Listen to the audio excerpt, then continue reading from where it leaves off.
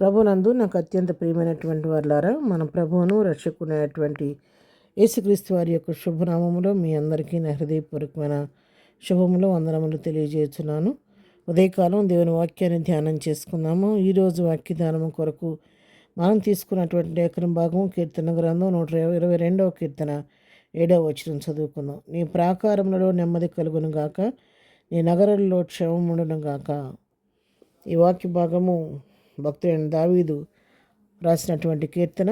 ఇక్కడ దావీదు యెరూషలేమును గురించి రాసినటువంటి కీర్తన ఇది.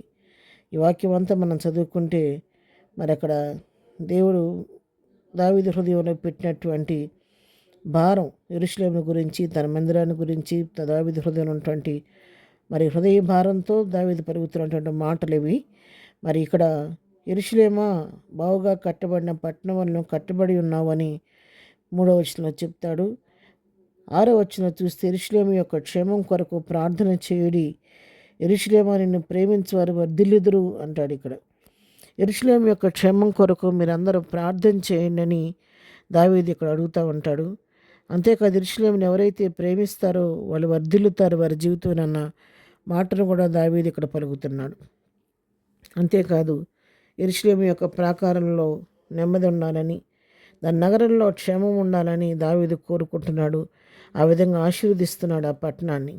నిజంగా యెరూషలేము దేవుడు కోరుకున్నటువంటి పట్టణం, ప్రభువుకి ఇష్టమైనటువంటి పట్టణం, దేవుని యొక్క సన్నిధి ఉండే పట్టణం.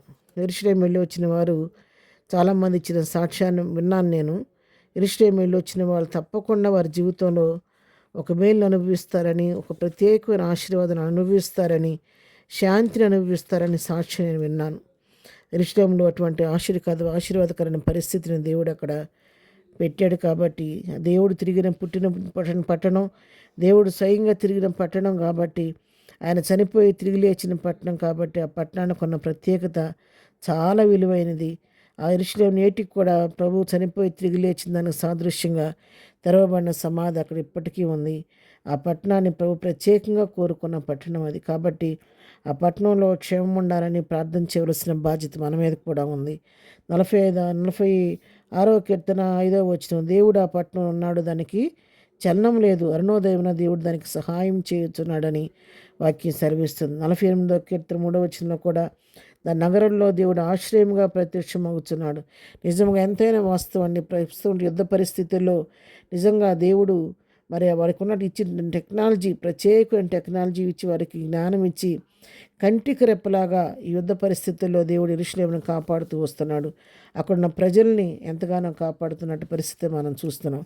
కాబట్టి నీవు నేను కూడా చేయవలసిన పరిస్థితి ఏంటంటే, ఇప్పుడు అక్కడ ఎదురవుతున్న పరిస్థితుల్లో 147వ కీర్తన 14 వచనం రాయబడినట్లుగా నీ సరిహద్దుల్లో సమాధానం కలుగు చేయవాడు ఆయనే అనే వాక్యం సెలవిస్తుంది. కాబట్టి ఈరోజు నీకు నాకు ప్రభు ఇచ్చిన బాధ్యత ఏంటంటే, దావీదు ఆ రోజు ఏనాడో యెరూషలేము క్షేమం కొరకు ప్రార్థన చేయడని చెప్పినట్టుగా ఇప్పుడు నిజంగా మనం ప్రార్థన చేయవలసిన సమయం వచ్చిందండి.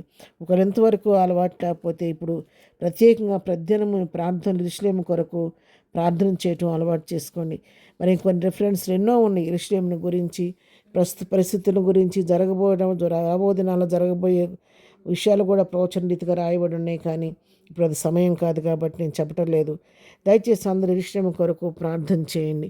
మనము కూడా ఈ దినం నుంచే, ఒకవేళ ఇంతకుముందు చేయకపోతే, ప్రభువా యెరూషలేము యొక్క ప్రాకారంలో నెమ్మది కలుగు చేయండి, యెరూషలేము పట్టణానికి క్షేమం కలుగు చేయండి, దాని సరిహద్దుల్లో సమాధానం కలుగు చేయమని మనం కూడా ప్రార్థన చేసి, మనం చేయగలిగిన సహాయం అదే. కాబట్టి యెరూషలేము కొరకు, ప్రభువు కోరుకున్న పట్టణం కొరకు, మరి ప్రజలైన వారి ఇశ్రాయేలు కొరకు, వారి క్షేమం కొరకు మనం ప్రార్థన చేద్దాం.